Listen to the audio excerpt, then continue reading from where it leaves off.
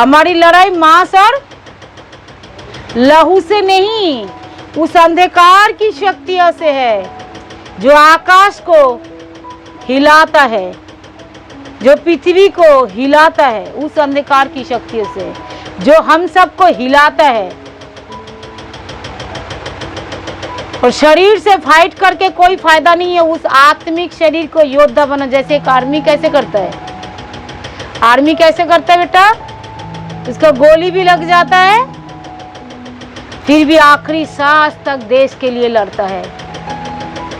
तो शैतान हमें कुछ भी कामों में गिराना चाहे, लेकिन हमें आखिरी सांस तक यीशु मसीह के लिए ही खड़े होना है, तभी तो हम जीवन का मुकुट को पाएंगे। Praise the Lord, hallelujah.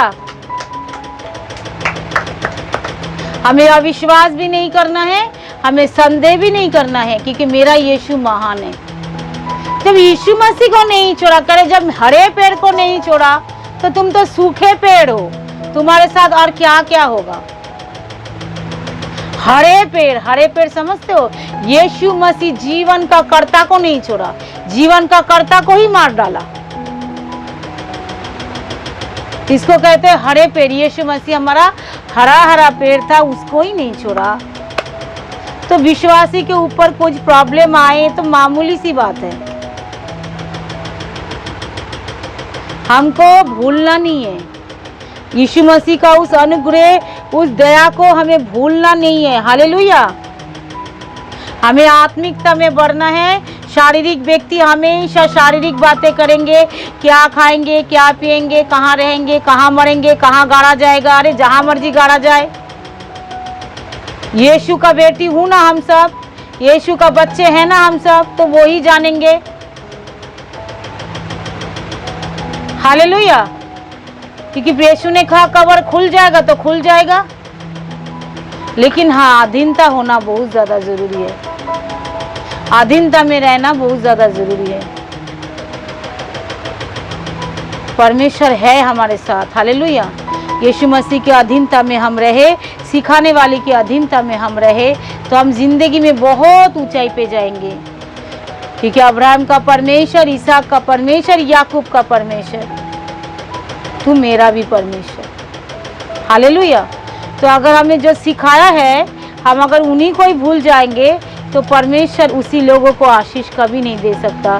जो खाली घूमता रहता है, कभी इस कलीसिया कभी उस कलीसिया, खुदावन उनको भी आशीष नहीं देता। क्योंकि जो एक जगह पे स्थिर रहता है, पकड़े रहता है, प्रभु को पकड़े रहता है, परमेश्वर की हुजूरी को पकड़े रहता है और परमेश्वर की वचन को पकड़े रहता है, वही आशीष पाता है। हालेलुया। क्योंकि आशीष लेने के लिए क्या करना पड़ेगा, बोलो प्रभु में स्थिर रहना पड़ेगा। यहाँ काम नहीं बढ़ रहा है, बन रहा है, चलो उधर चले जाते। वहाँ भी काम नहीं बन रहा, चलो उधर चले जाते। उधर भी नहीं बन रहा, चलो उधर चले जाते। ऐसे लोगों को प्रभु कुछ भी नहीं करता। Praise the Lord. हमेशा हमें क्या करना है, परमेश्वर की वचनों में हमें स्थिर रहना है, और जो वचन में स्थिर रहता है, खुदावन उसके जीवन में काम करता है। बहुत सारे लोग आज वचन में स्थिर नहीं रह पाते, इसलिए बाइबल क्या कहती है, बाइबल कहती है मुझे उत्तम भूमि बनाओ। बोलो प्रभु यीशु, जो वचन मैं सुनूं, आपकी वचन सुनने वाला कान और ग्रहण करने वाले हृदय दीजिए, और मुझे उत्तम भूमि बनाइए ताकि मैं 100 गुना फल ला सकूं। हमारे अंदर वो फल बना रहे। जब आप फल ढूंढने के लिए आए, विश्वास का फल पाया जाए यीशु के नाम से। आमीन। बाइबल कहती है जब मैं आपके पास फल ढूंढने आऊं, क्या तुम्हारे पास वो विश्वास पाऊं क्या? जब मैं तुम्हारे पास आऊं तो क्या वो विश्वास रूपी फल को मैं देख पाऊं क्या? तो प्रभु से कहना है, प्रभु उस विश्वास रूपी फल हमारे अंदर पाया जाए। ये होती है बाइबल के अकॉर्डिंग प्रार्थना। क्या प्रार्थना? बाइबल के अनुसार प्रार्थना। जब हम बाइबल के अनुसार प्रार्थना करेंगे तो हमारे जीवन में वो सारा काम होगा। Praise the Lord. जो खुदावन की वचन हमारे जीवन में दिया है। आमीन। आज बहुत सारे लोग आते लोगों के जीवन में तुरंत चंगाई मिल जाता है, तुरंत। वो चंगाई उसकी अच्छाई के लिए है कि बुराई के लिए है? जो आते ही तुरंत जिसको चंगाई मिल जाता है वो बुराई के लिए है। मालूम है क्यों? वो चंगाई पाकर ही यीशु मसीह के पास जिस वजह से वो चंगाई पाया उस स्थान तक ही वो पहुंच नहीं पाता। यीशु मसीह काम उनके जीवन में क्यों किया? क्योंकि यीशु मसीह हमें क्या करना चाहता है? बोलो, अनंत जीवन देना चाहता है। और वो अनंत जीवन पाने से पहले ही वो रास्ते में ब्रेक कर देता है, क्योंकि मुझे तो सब मिल गया है, अब क्या चाहिए? तो जब रास्ते में ब्रेक कर देता है तो उसको यीशु नहीं मिलता और अनंत जीवन भी नहीं मिलता। तो इसीलिए जिसका चंगाई धीरे धीरे आता है उसके लिए भी परमेश्वर की महिमा, धन्यवाद हो। क्योंकि मैं जब अभी वर्शिप कर रही थी, आराधना कर रही थी, तो मैं उस सिस्टर की बेटे के लिए सोच रही थी, प्रभु उसका चंगाई इतना धीरे धीरे क्यों मिल रहा है, तुरंत क्यों नहीं मिल रहा? तुरंत धीमी आवाज में पवित्र आत्मा बोला, जो अगर उसकी चंगाई तुरंत मिल जाए तो वो प्रभु से अलग हो जाएंगे। हालेलुया। इसलिए कई किसी का जिसका चंगाई धीरे धीरे मिलता है वो मानो प्रभु का ही है और प्रभु के साथ अनंत जीवन में राज्य करने के लिए। Hallelujah, praise the lord. प्रभु हम सबसे प्रेम करता है, तो धीरे धीरे चंगाई मिलना बहुत ही अच्छी बात है, ताकि वो यीशु मसीह को जान पाए, यीशु मसीह की वचन को जान पाए, यीशु मसीह को सीख पाए, यीशु मसीह के बारे में जान पाए। हालेलुया। ताकि पवित्र आत्मा हमें से प्रत्येक के अंदर क्या करे? धीरे धीरे काम करे। कहता है वचन में, क्या कहता है? कह रहे सारे जीव और जंतुओं को अगर एकदम से बाहर निकल देंगे तो क्या हो जाएगा? एकदम से भेड़िया फाड़ खा जाएगा। तो तुम्हारे अंदर से धीरे धीरे निकलना है, ताकि यीशु मसीह धीरे धीरे एंटर भी करेंगे और दुष्ट आत्माएं, जो भी पुरानी स्वभाव, पुरानी बातें धीरे धीरे निकलता चला जाएगा और हम यीशु मसीह में स्ट्रांग होते चले जाएंगे। Praise the Lord, hallelujah. तो आज का वचन क्या है? बोलो, हमें कुछ सीखना है, परमेश्वर के बारे में कुछ जानना है। अगर हमें प्रभु में बढ़ना चाहते हैं, यशाया नबी की पुस्तक 11 अध्याय का पवित्र आत्मा का फलों के विषय में थोड़ा सा हम देखेंगे। 11 से हम पढ़ रहे थोड़ा, ठीक है? 11 अध्याय से 1 से पढ़ रहे हैं, यशाया नबी की पुस्तक। तब यीशु का ठूंठ में एक डाली फूट निकलेगी और उसकी जड़ में से एक शाखा निकलकर फलवंत होगी। यहोवा का आत्मा बुद्धि और समझ का आत्मा, युक्ति और पराक्रम का आत्मा और ज्ञान और यहोवा का भय की आत्मा उस पर ठहरा रहेगा। आमीन। जिसके अंदर से वो डाली फूट निकलेगी, उसके अंदर ये आत्मा क्या होगा? ठहरा रहेगा। Praise the Lord. उसके अंदर क्या रहेगा? ये आत्मा ठहरा रहेगा। किसके अंदर? बोलो, जिसके अंदर वो डाली फूट निकलेगी। फूट में से एक डाली फूट निकलेगी और जड़ में से शाखा निकलकर फलवंत होगी। क्या होगी? तो वो शाखा और क्या है? कौन है? बोलो, प्रभु यीशु। हालेलुया। जब प्रभु यीशु मसीह के पास आएंगे तो एक डाली के अंदर एक शाखा फूट निकलेगी, और वो डाली कौन है? बोलो, हम है। और वो शाखा क्या होगा? बोलो, फूट निकलेगा। और जैसे ही फूट निकलता चला जाएगा, उसमें क्या होगा? वो फलवंत होता रहेगा। मतलब उसके अंदर फूल और फल लगना शुरू हो जाएगा। और उसका फल क्या है? देखो क्या क्या है।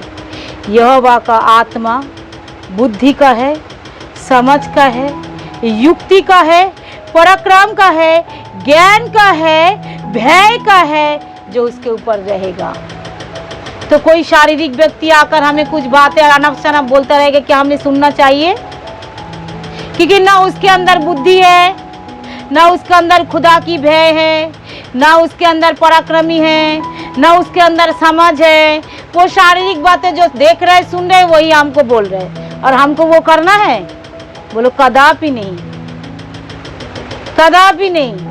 क्योंकि उसके अंदर अगर बुद्धि का आत्मा होता, पराक्रमी का आत्मा होता, यहोवा का भय का आत्मा होता, उसकी ज्ञान का आत्मा होता, उसका समझ का आत्मा होता, तो हम उसका बातें जरूर सुनते। Praise the Lord. तो इसीलिए परमेश्वर की लोगों का सुनना बहुत ज़्यादा ज़रूरी है, क्योंकि ये यीशु मसीह के अंदर वो फलवंत होती है, और उसके अंदर से ये सारे डाली फूट निकलकर शाखाएं में फूल के बाद फल, फल के बाद ये सारे पवित्र आत्मा के फल उसके अंदर लगाया जा रहा है। क्या क्या फल है? बोलो उसकी आत्मा, यहोवा का आत्मा, जिसके अंदर क्या है? ज्ञान का है, बुद्धि का है, युक्ति का है। बोलो पवित्र आत्मा का क्या क्या फल है? युक्ति का है, समझ का है, और उसका भय का है। हालेलुया। अब चेक करो कि हमारे अंदर ये युक्ति है। अपने आप के चेक करो कि हमारे अंदर यहोवा का भय है।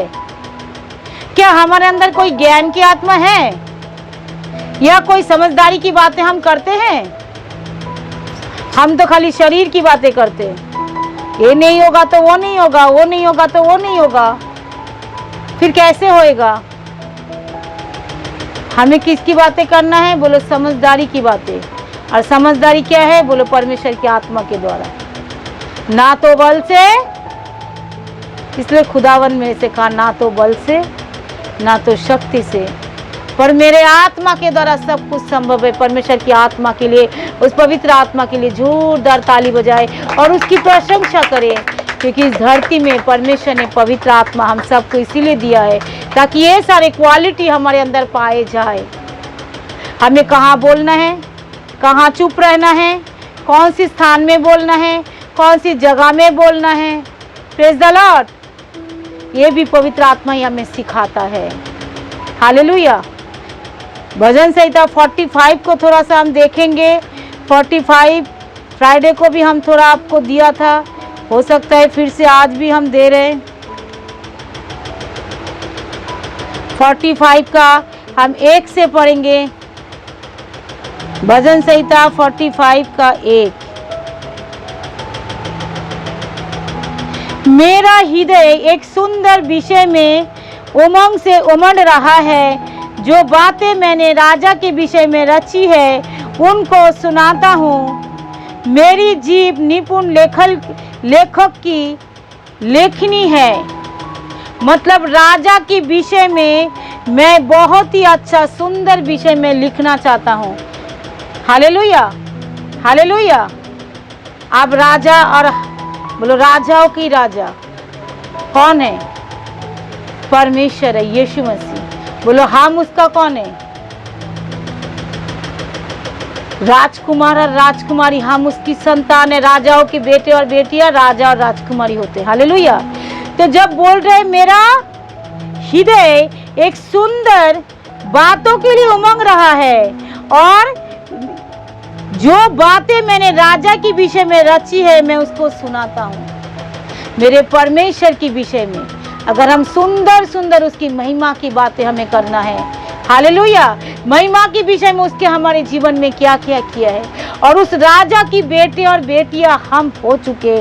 हम उसके, हमारी जीव एक सुंदर लेखक, हम एक लेखनी है। मतलब हमें बहुत सारे सुंदर विषय हमारी जीवन के द्वारा, हमारी लाइफ के द्वारा हम अपनी लाइफ में लिख सकते हैं। Praise the Lord.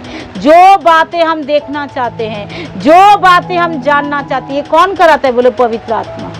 ये बुद्धि का आत्मा, ये ज्ञान का आत्मा इतने दिन से बोला जा रहे हैं, जो ये करो, वचन बोलो, वचन की अंगीकार करो, सच्चाई की बातें बोलो, अपने जो विश्वास में विश्वास रूपी ढाल को पकड़े रहो, और विश्वास में जड़ पकड़ते रहो, और विश्वास में अंगीकार करते रहो। क्योंकि विश्वास क्या करता है? बोलो विश्वासी बोलता है।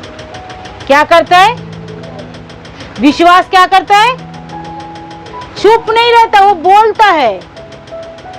यीशु मसीह ने हमेशा बोला, वो चुप बंद नहीं रहा, मुंह को हमेशा बंद नहीं रखा, वो बोला। तो हमको क्या करना है? बोलना है। शैतान को हराने के लिए बोलना है। हमें हमारी जीवन में ब्लेसिंग पाने के लिए हमको बोलना है। मतलब मेरी जीभ एक लेखक की समान परमेश्वर ने एक अच्छा पेन बना दिया। आमीन। इसमें से तुम बुराई भी लिख सकते हो, अच्छा भी लिख सकते हो, तुम्हारी मर्जी भाई। तो परमेश्वर ने कहा, मैं चाहता हूं तू जीवन की बातें लिख। परमेश्वर कहता है, जीव की वश में जीवन और मृत्यु दोनों हैं, जो इसको फल को लाना जानता है वो उसको फल को भोगता है, उसको पाता है। तो अगर वो उसको जानना हमें सीखना है, जो हमें अच्छी अच्छी बातें कैसे करेंगे, अच्छे अच्छे जीवन की बातें हमें कैसे लिखना है। मेरा मरा हुआ शरीर को दिखकर मेरा मरा हुआ बोलना नहीं है, हमें बोलना है मेरे अंदर जीवन है। यीशु ने कहा, जो मुझको पाता है वो जीवन को पाता है। मैंने यीशु मसीह को पा गया है और मैं जीवन को पा गया है। Praise the Lord. तो मेरे अंदर यीशु मसीह का जीवन है, तो हम जीवन की बातें लिखना शुरू करो। उस राजा की गुणगान गाना शुरू कर दो। मेरा राजा महान है, मेरा राजा ने यीशु मसीह की कोड़े खाया, मेरे राजा ने मेरे लिए कोड़े खाया और मैं चंगा हूँ। तो अच्छी अच्छी बातें को इस जीव के जरिए लिखना है और उसकी प्रशंसा हमें करना है। इसलिए भजन संहिता 45 को भूलना नहीं, जो हमारा जीव क्या है, एक सुंदर लेखक की समान लिखनी है। अच्छा लेखक बनो, एक सुंदर लेखक बनो और उसको लिखते रहो। और वो कौन लिखाएगा? अच्छी बातें, ज्ञान की बातें, युक्ति की बातें, पराक्रम की बातें, समझदारी की बातें, परमेश्वर की भय की बातें। कौन बोल सकता है? बोलो, परमेश्वर की आत्मा, यहोवा की आत्मा, परमेश्वर की बुद्धि की आत्मा, ज्ञान की आत्मा, युक्ति की आत्मा, पराक्रम की आत्मा, भय की आत्मा, समझदारी की आत्मा, समझ की आत्मा। आमीन। वो परमेश्वर की ओर से आता है। और जब परमेश्वर की ओर से आत्मा से हम परिपूर्ण होंगे, बाकी तो हमें देखना ही नहीं है। Praise the Lord. पहले उसकी बुद्धि, ज्ञान और समझ और पवित्र आत्मा से, पराक्रमी से, युक्ति से भर जाओ। उसकी वचन को सुनो, जो पढ़ना नहीं जानते हो सुनो, और जो पढ़ना जानते हो पढ़ो। जो ध्यान करना जानते हैं ध्यान करो, जो मनन करना जानते हैं मनन करो, लेकिन करो। प्रभु के सामने अपनी समय को दो और उनकी चरणों में बैठो और ये आत्मा से तुम ऑटोमेटिकली भरना शुरू हो जाएगा। Praise the Lord. जो शारीरिक बातें हैं, वो शारीरिक व्यक्ति हमेशा किस में मन लगाता है? बोलो, शारीरिक बातों में। आत्मिक व्यक्ति किस पे मन लगाता है? बोलो, आत्मिक बातों में। बोलो, हमें सुनना है, हमें सीखना है, हमें उनकी चरणों में बैठना है, ताकि ये सारे बातें हम सीख पाए। मनुष्य के पास सबके लिए टाइम है, परमेश्वर के लिए टाइम नहीं है। परमेश्वर के लिए एक धर्म और रीति रिवाज की जैसा टाइम मत बनाओ। एक दर्शक की समान आकर धप से बैठ जाएंगे और निकल कर चले जाएंगे, ऐसे भी मत करो। इसलिए तो आज हमारे जीवन में आशीषित नहीं, बहुत सारे कामों में आशीषित नहीं है। हमें आशीषित पाने के लिए क्या करना है? हमें दर्शक नहीं बनना है। बोलो, हमें सहकर्मी बनना है। बोलो, हमें दर्शक नहीं बनना है। बोलो, हमें सहकर्मी बनना है। हमें उसके साथ कदम से कदम मिलाकर एक मन होकर काम करना है, क्योंकि परमेश्वर की आत्मा मुझ पर है। Praise the Lord. उसने हमें ये सारे बुद्धि, ज्ञान, पराक्रमी और समझ की आत्मा उसने हमें दी है। उसने हमें कंगालों की सुसमाचार सुनाने के लिए, बंदियों की लोगों को आजाद करने के लिए, कुचले हुए को छुड़ाने के लिए उसने हमें चुना है। आमीन। अब यीशु मसीह चलता फिरता लोगों को दिखाई नहीं देता। यीशु मसीह किसको दिखाई देता है? बोलो, जो उसका सहकर्मी है, वो उस आत्मा के साथ चलना चाहता है, जो उसके साथ समय व्यतीत करता है, उसके अंदर यीशु मसीह रहकर वो सारे काम को करता है। हालेलुया। यीशु मसीह की आत्मा रहकर वो सारे काम को करता है। यीशु मसीह आज से 2025 साल पहले इस धरती में चला फिरा था। हालेलुया। लेकिन अब नहीं, अब आत्मा बनकर हमारे अंदर से चलता फिरता है। अगर हम ही चुप रहेंगे, मेरे प्रियो, कहता है विश्वासी बोलता है, हम सबको बोलना है। हम सबको यीशु मसीह की महिमा के लिए बोलना है और शारीरिक बातों में मन नहीं लगाना है। आत्मिक बातों में मन लगाओ तो जीवन और शांति पाओगे। अगर शारीरिक बातों में मन लगाओगे तो मरोगे। इसलिए बाइबल कहती है जिसके अंदर मेरा आत्मा नहीं है वो मेरा जन नहीं है। अगर आपके अंदर पवित्र आत्मा है तो आप कैसे जांच कर सकते हो? बोलो अगर मेरे अंदर बुद्धि है, कौन सा बुद्धि? संसार की बुद्धि नहीं, स्वर्गीय बुद्धि, बाइबल की अनुसार बुद्धि। हालेलुया।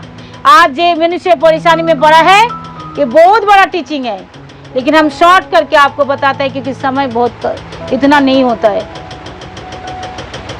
वीडियो भी लंबा हो जाता है। कहते हैं जो शारीरिक बुद्धि नहीं, कोई हमको मारा है उसको कैसे हम जाकर देखना, मौका मिलते ही हम उसको मारेंगे, इसको कहते हैं शारीरिक बुद्धि। मौका आए ना, आप देखना उसको कैसे करेंगे। लेकिन आत्मिक बुद्धि क्या है?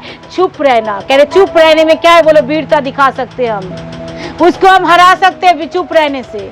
जब चुप रहकर जब उसको प्रार्थना में हम रहेंगे, उस अंधकार की शक्तियां उसके जीवन से बांध लेंगे, तो ये क्या है कि बोलो आत्मिक बुद्धि, आत्मिक ज्ञान, आत्मिक समझ। कोई चीज देखी हुई वस्तु पे नहीं, जो अनदेखी वस्तुओं पे विश्वास करता है उसको कहते हैं आत्मिक बुद्धि। हालेलुया। ज्ञान, पराक्रमी, समझ, युक्ति। युक्ति से बात करो, बाइबल की युक्ति से बात करो तब हम मानेंगे। जब तुम शारीरिक युक्ति से बात करोगे तुम कदापि नहीं मानेंगे। हालेलुया। ये सारे आत्मा से भरो, ऑटोमेटिकली युक्ति आ जाएगा। पवित्र आत्मा तुम्हें सिखाएगा हमको करना क्या है। तुम अपनी गलती सबसे ज्यादा देख पाओगे। मेरे अंदर मैं को देख पाती हूँ हमेशा। जो पवित्र आत्मा से भरे हुए लोग, मालूम है क्या होता है? सबसे पहले वो अपनी गलती देखता है। मेरे अंदर ये कमियां हैं इसीलिए मुझे ये नहीं मिल रहा है, मेरे अंदर ये कमियां हैं इसीलिए मेरे साथ ऐसा हो रहा है, ये प्रभु मैं उनको ऐसे बोल दिया है इसीलिए मुझे ये बातें को मेरे साथ ऐसे हुआ है, मुझे ये बोलना नहीं चाहिए। पवित्र आत्मा में भरे हुए ज्ञान और आत्मा में भरे हुए लोग कभी किसी को दुख देकर वो शांति से बैठ नहीं सकता। ये है पवित्र आत्मा की साइन। अगर आपको लगता है छोड़ दो और छोड़ दो, मतलब आपके अंदर कभी भी परमेश्वर की आत्मा नहीं है। लेकिन आप किसी को दुख देकर आप चैन से बैठ नहीं सकते, आपके अंदर बड़ी बेचैनी होगी। आपके अंदर ये कौन सा आत्मा है? बोलो पवित्र आत्मा है। शैतानी आत्मा ही है दूसरे को दुख देता है, शैतानी आत्मा ही है जो दूसरे को टॉर्चर करता है, दूसरे को ऊपर उंगली उठाता है, दूसरे को उल्टे भला बुरा बोलता रहता है। उसको कोई लेना देना नहीं वो इंसान क्या सोच रहा है क्या कर रहा है नहीं। लेकिन आत्मा से परिपूर्ण लोगों अगर गुस्से में, क्रोध में या शासन के रूप में बोल भी देता है तो वो बाद में उससे परमेश्वर के हुजूरी में जाके वो आंसू भी बहाता है कि प्रभु मैं तो नहीं चाहता था ऐसे बोलना, लेकिन मुझे उनको सिखाना भी पड़ा इसलिए मैंने ऐसे बोला, आप मेरी गलतियों को माफ कीजिए। हालेलुया। आत्मिक व्यक्ति ऐसे होते हैं। तो हमें जानना है जो कौन आत्मिक में तो दिखाई देता है, कौन आत्मिक है और कौन शारीरिक है। अगर आपको लग रहा है मैं शारीरिक दशा में जीवन बिताएंगे तो आप मर जाओगे। साफ बात बताती है, बाइबल बताता है आप मर जाओगे। जो आत्मा में जीवन बिताएगा वो चैन, विश्राम और शांति और परिपूर्णता उसके अंदर होगा। आमीन। तो हमको क्या करना है? बोलो पवित्र आत्मा से परिपूर्ण होकर जीवन बिताना है और वो आत्मा हमें सब कुछ सिखा देगा। हमें आगे क्या करना है, पीछे क्या करना है, कब बोलना है, कब नहीं बोलना है, कब चुप रहना है, कब कौन सी बातें बोलना है, अगर कौन सी बातें में दूसरों को ठेस पहुंचाया, कौन सी बातें में नहीं। अगर ऐसे ही सिलसिला चलता रहेगा तो जिंदगी में आप अपने जीवन में चेक करके देखो। हमें तो बहुत, अब तक तो गुरु हो जाना चाहिए था, अभी तक हम बालक ही है, अभी तक तो हम दूध ही पी रहे हैं, अभी तक तो दूध ही पी रहे। दूध पीना खत्म हो जाएगा तभी तो क्या बोलते बिरयानी और बड़े बड़े हड्डी खाओगे। उसके लिए तो दांत चाहिए। तो दांत निकले हैं क्या? निकले हैं आत्मिक दांत। शारीरिक दांत बोलेगा तो सब ऐसे करके दिखा देगा, हाँ हम सबको तो दांत है। आत्मिक दांत निकले हैं? नहीं निकले। तो इसीलिए तो अभी तक दूध ही पी रहे हो। दूध पीने वाले बच्चे क्या होते हैं? वो अच्छा भी बुरा कुछ नहीं जानते, इसलिए अब ऐसे पे ऐसे ही पड़े हो ना। कौन सी क्यों मेरे ब्लेसिंग नहीं मिल रहा है, क्यों मेरे आशीष नहीं मिल रहा है, क्यों मैं उसी चीज की जगह पे ठहरा हूँ। कोई मैं ठहरा हुआ होदे बना के रखा हूँ, बैठे हुए श्रोता को मैंने त्याग दे दिया। तो होदा को तोड़ो तो श्रोता अपने आप निकल आएंगे, क्योंकि बैठे जो होदी को बना के रखते उसमें से बांस मारता है। क्या मारता है? एक जगह पे पानी जमा के रखोगे तो क्या होगा? वो पानी गंदा हो जाएगा, वो पानी बास मरेगा। एक ही जगह पे ठहरे हो, ना उसमें से आगे जा रहे हो ना उसमें से पीछे जा रहे हो, तो उसमें से इसलिए बास आ रहे, बदबू आ रहे, कोई ब्लेसिंग नहीं है। इसलिए बहते हुए सोता पवित्र आत्मा को त्याग मत दो, पवित्र आत्मा से परिपूर्ण रहो। 10 साल से वही हाल है, आज भी वही हाल है, 2024 में भी वही हाल था, 2023 में भी वही हाल था, 2020 में भी वही हाल था, 2018 में भी वही हाल था, आज भी वही हाल है। ये तो बहुत बड़ा शर्म वाली बात है। इसलिए आत्मा में क्या हो, परिपूर्ण हो जाओ, उसकी खोज में लगे रहो। अगर आपको लग रहा है मैं नहीं बन पा रहा हूं, तो उसकी हुजूरी में बैठो, प्रभु मेरी मदद कीजिए, प्रभु मेरी मदद कीजिए। आत्मा आप ही अपने आप के अंदर भर के ज्ञान बुद्धि समझ पराक्रम देगा। आप प्रार्थना करो, मैं ये अभिलाषा से छूटना चाहती हूँ, प्रभु आप मुझे छुड़ाइए ताकि मैं आपके पीछे चलूँ, मैं मांस और हड्डी खाने वाली भी बनूँ। आप हमें समझदार बुद्धिमान एक अच्छा विश्वासी बनाइए। हालेलुया। हमें सिखा दूसरे को, ताकि मेरे बातों के द्वारा दूसरे ब्लेसिंग पाए। ऐसी ज्ञान की आत्मा, बुद्धि की आत्मा, पराक्रमी की आत्मा, समझदारी की आत्मा। हालेलुया। अगर इस वचन के द्वारा परमेश्वर आपसे बात किया है तो खुदावन की महिमा करे और परमेश्वर को धन्यवाद दे और बोले, प्रभु मेरे जीवन को बदल दीजिए।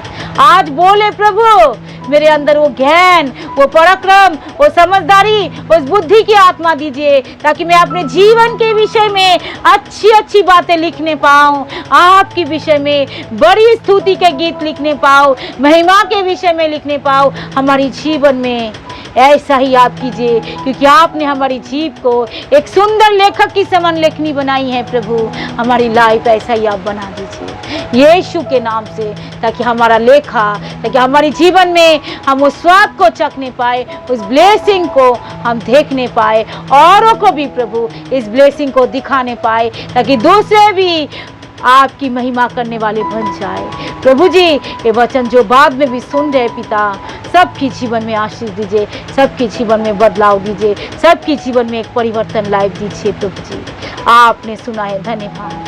हे मेरे पिता, मैं विश्वास करती हूँ आपने कर दिया, इसके लिए धन्यवाद। जो भी बाद में सुनेंगे उनका लाइफ ज़रूर चेंज हो, यीशु के नाम से, यीशु के नाम से आपने सुना है, धन्यवाद।